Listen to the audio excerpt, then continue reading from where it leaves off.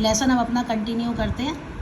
अब ये जो है एक्टिविटी ये है कि आपको एक आयरन है पीस, उस आयरन को आप मैग्नेट कैसे बनाओगे। जैसे ये सुई है, सुई को आप मैग्नेट कैसे बनाओगे।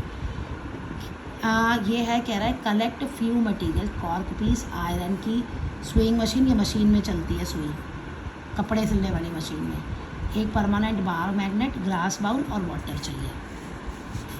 देखो अब क्या है, place the iron swing needle on the wooden table, आपने वुडन टेबल पे ये रख दी। Then keep any one pole of the magnet at one end of the needle, move the magnet over the needle along its length.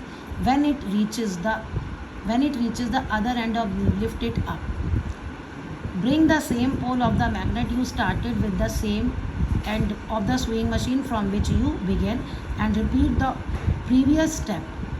Repeat this process at least 30 to 40 times. अब इन दोनों step में वो कह क्या रहा है, देखिए इन दो स्टेप में क्या रहा है। मान लो ये मेरे को मैग्नेट बनानी है, ओके, इसको मुझे मैग्नेट बनाना है। अब मैं, ये मेरी लोहे की कील है, क्योंकि मैग्नेटिक मटेरियल ही मैग्नेट में बन सकते हैं, ये पेंसिल ही मैग्नेट में कन्वर्ट हो सकती।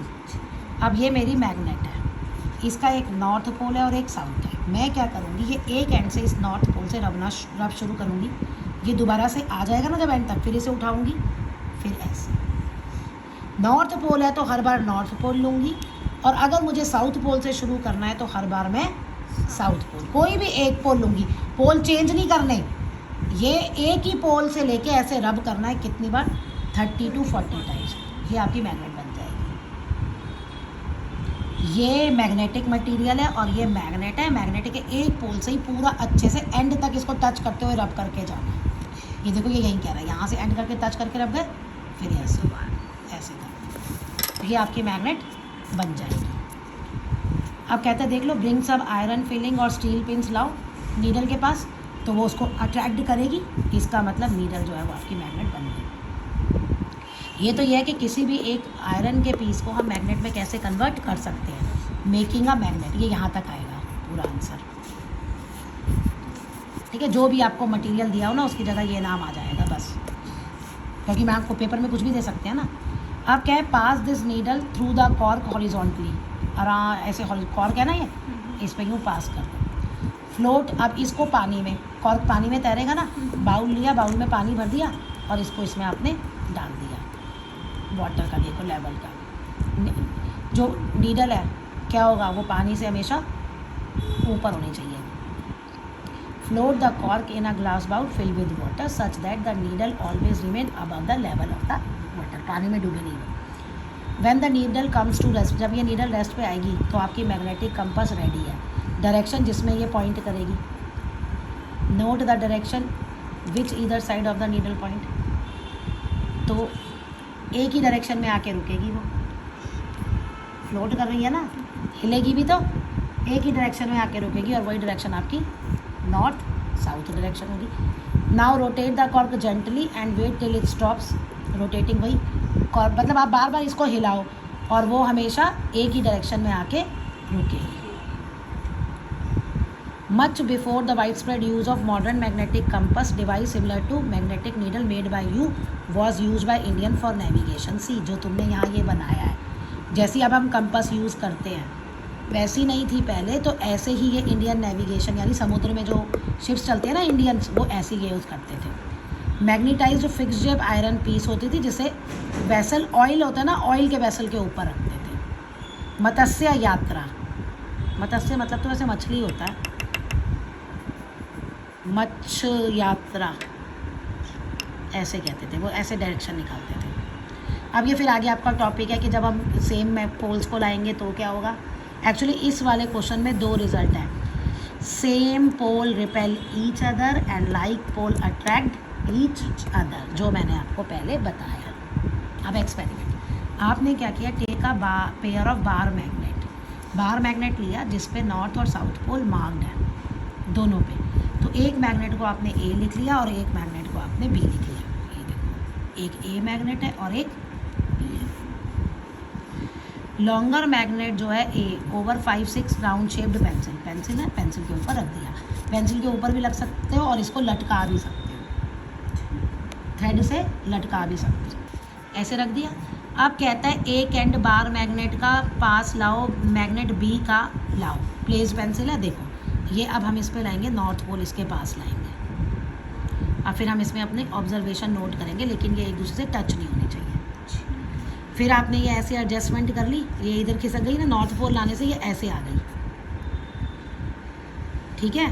ये अट्रैक्ट करती है, वैसे पीछे कहाँ से जाएगी। रुको मैं अपना एक चेंज करती हूँ। आपने ऐसे ये कर लिया।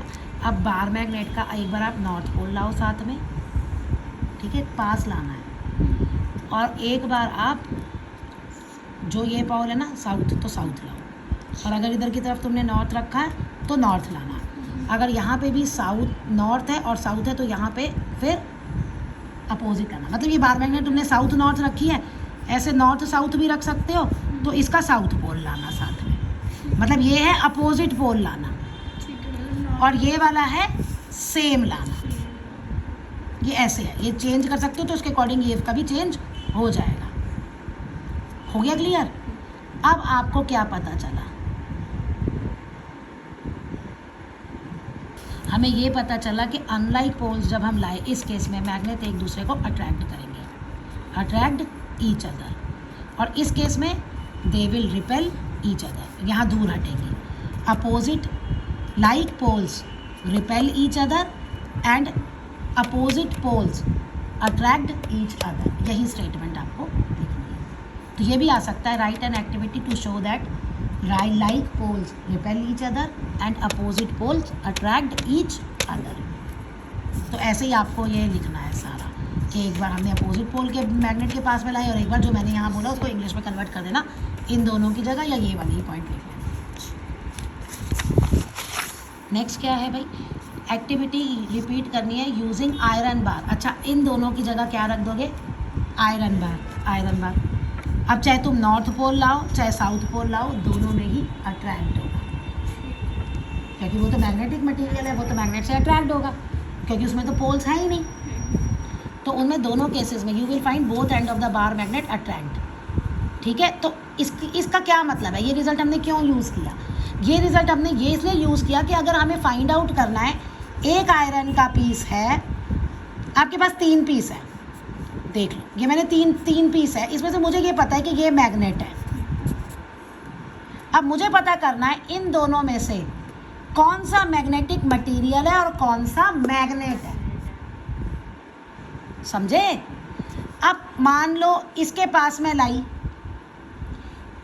नॉर्थ पोल लाई, अट्रैक्ट हुआ, साउथ पोल लाई, अट्रैक्ट हुआ। इसमें नॉर्थ पोल लाई, अट्रैक्ट हुआ, साउथ पोल को मैंने शिफ्ट उसी को साउथ पोल से किया तो रिपेल हुआ। तो इसका मतलब ये मैग्नेट है और ये मैग्नेटिक मटेरियल है।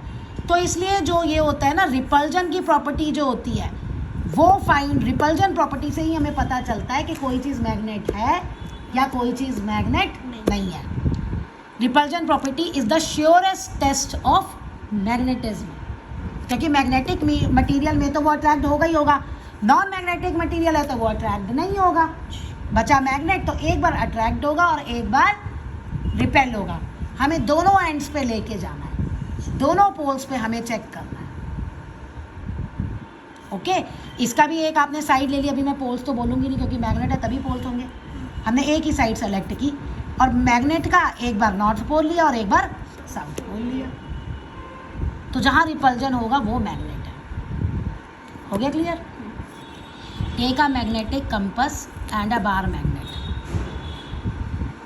अब कहते हैं एक बार मैग्नेटिक कंपस लो और बार मैग्नेट लो। मैग्नेटिक कंपस भी तो क्या है, मैग्नेट ही तो है, तो वो भी तो मैग्नेट की तरह बिहेवियर करेगी, तभी तो वो नॉर्थ साउथ डायरेक्शन में करती है, क्योंकि अर्थ का मैग्नेटिक साउथ पोल होता है, तो वो नॉर्थ पोल होगा मैग्नेट का। सेम समझा चुकी ना अर्थ के केस में, same pole repel each other and opposite pole attract each other. Place the magnetic compass over a horizontal line, wait for needle to come rest. अब रख दिया मैग्नेटिक को रेस्ट करने के लिए।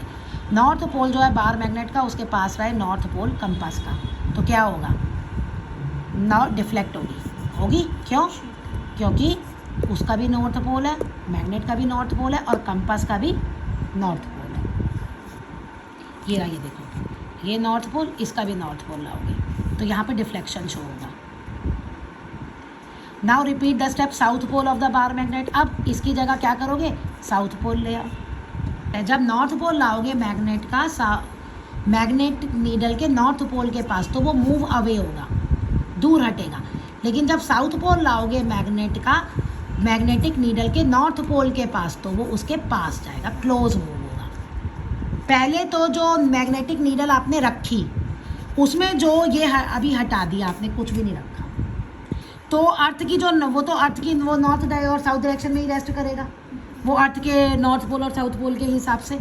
लेकिन जब यहाँ इसके पास मैग्नेट लाओगे, नॉर्थ पोल जब आपने देख लिया, नॉर्थ पोल के पास नॉर्थ वाला लाओगे तो ये दूर हटेगा, और अगर साउथ लाओगे तो उसके पास और एक लाइन होगा।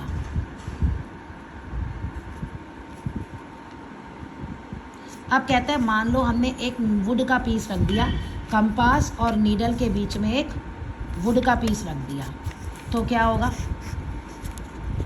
Between the particular table observe the, ये क्या है, इज़ देयर एनी इफेक्ट, क्या डिफ्लेक्शन पे कोई असर पड़ेगा इस वुड की वजह से। अब कहते हैं बताओ। Repeat the process by replacing the piece of wood by cardboard sheet. अब इस वुड की जगह क्या रख दोगे, कार्डबोर्ड शीट रख दोगे, थिन प्लास्टिक रख दोगे, थिन ग्लास शीट रख दोगे।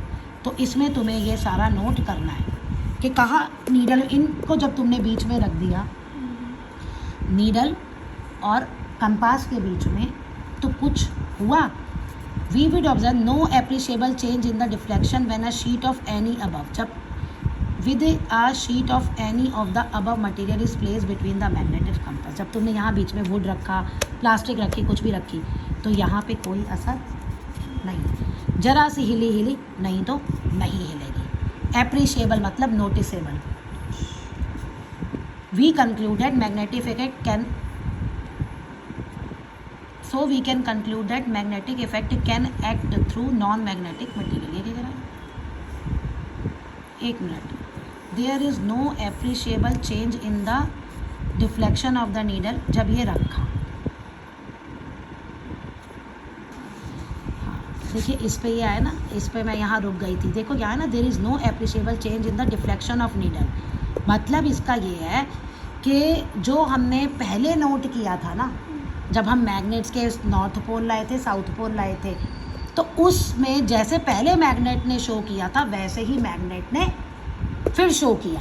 यानी बीच में कार्डबोर्ड या ये लगाने से इस पे कोई भी असर नहीं हुआ। तभी ये है कि no appreciable change in the deflection, जो था वही रहा। तो इसका मतलब क्या है कि मैग्नेटिक इफेक्ट जो है वो नॉन मैग्नेटिक मटेरियल के बीच में आने से, ठीक है, उनके हो या ना हो, उस फिर भी उसका असर रहता है। तो magnetic material can act through non magnetic material, कि उनमें से वो पास हो जाता है नॉन मैग्नेटिक मटेरियल में मैग्नेटिक इफेक्ट। तो यहाँ पे ये है कि जो ये नहीं है कि आपने बिगनिंग में ही लिया, ओके, कि आपने मैग्नेट रखी नहीं, बिगनिंग में ही रख के आप फिर ये नॉर्थ में डायरेक्शन में पॉइंट करिए, फिर आप ये रख के जज कर रहे हैं, नो। तो जो हमने पहले एक्टिविटी की थी उसके बीच में रखे हैं ये, और देखा कि जो हमें पहले रिजल्ट मिल रहा था, बाद में भी हमें इन मटेरियल्स को रखने के बाद भी हमें वही रिजल्ट मिला जो हमने पहले डिस्कस किया, ओके। तभी मैं इस पर थोड़ा रुक गई थी, दोबारा से मैंने इसको पढ़ा, ओके। तो ये आपका आ सकता है, write an activity to show that magnetic effect can pass through non magnetic material. After learning about magnets के पढ़ने के बाद रेशमा, अब पढ़ लिया ना, ये सारा रेशमा ही नहीं पढ़ा है, शुरू की कहानी थी ना, कुछ एक्टिविटीज़ करी उसने स्कूल फेयर के लिए। क्या किया, यू ट्राई योर सेल्फ, आप भी ट्राई कर सकते हो। मेकिंग अ गार्लैंड, माला बनाना। Magnet can move some objects without touching them, is that not amazing. तो ये वही है ना, अट्रैक्ट करती है, मूव करती है, किसी ऑब्जेक्ट को मूव कर सकती है ना मैग्नेट बिना टच करने के। Can we take the steel balls out of maze by moving a magnet below the cardboard tray? Can we pick a steel paper clip fallen in the water using magnet without making finger?